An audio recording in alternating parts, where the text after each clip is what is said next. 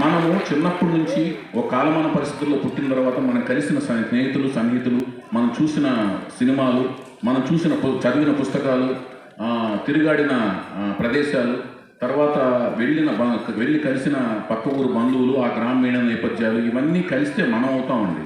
నేను అనే ఒక వెలమంచిలి వెంకట సత్యనారాయణ చౌదరి అనబడి నేను వైవేష్ చౌదరి అయ్యాను. అలాంటి ప్రయాణంలో నాకు స్ఫూర్తిని నింపింది మా విశ్వవిఖ్యాత నటసార్వభౌమ పద్మశ్రీ డాక్టర్ ఎన్టీ రామారావు గారు.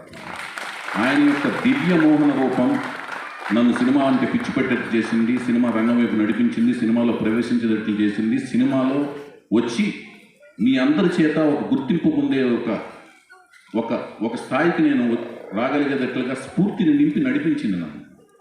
సో నేను ఈ ప్రయాణంలో నేను కథ, స్క్రీన్ ప్లే, నిర్మాత, దర్శకత్వం, పంపిణీదారుని అయ్యాను, ఎగ్జిబిటర్ని అయ్యాను, డిస్ట్రిబ్యూటర్ని అయ్యాను, ఆడియో సంస్థను పెట్టాను. ఇవన్నీ చేసినా కూడా ఇతను వైవిఎస్ చౌదరి ఎన్టీఆర్ వీరాభిమాని అని అనిపించుకోవడంలో నాకు ఆనందం ఉంటుంది.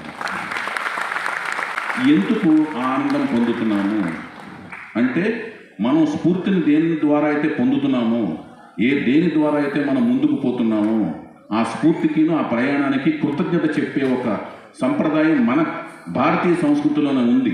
అది చూపించుకోవడం ద్వారా నేను పెరగలేదు, నేను వారి వలన పెరిగాను అనుకోవడంలో మన అహంకారం తగ్గి మన సమాజం సామరస్యంగా ముందుకు పోవడానికి ఉపయోగపడే ఒక సాధనం అవుద్ది. స్ఫూర్తి పొందటం, దానికి కృతజ్ఞత తెలియజేయటం.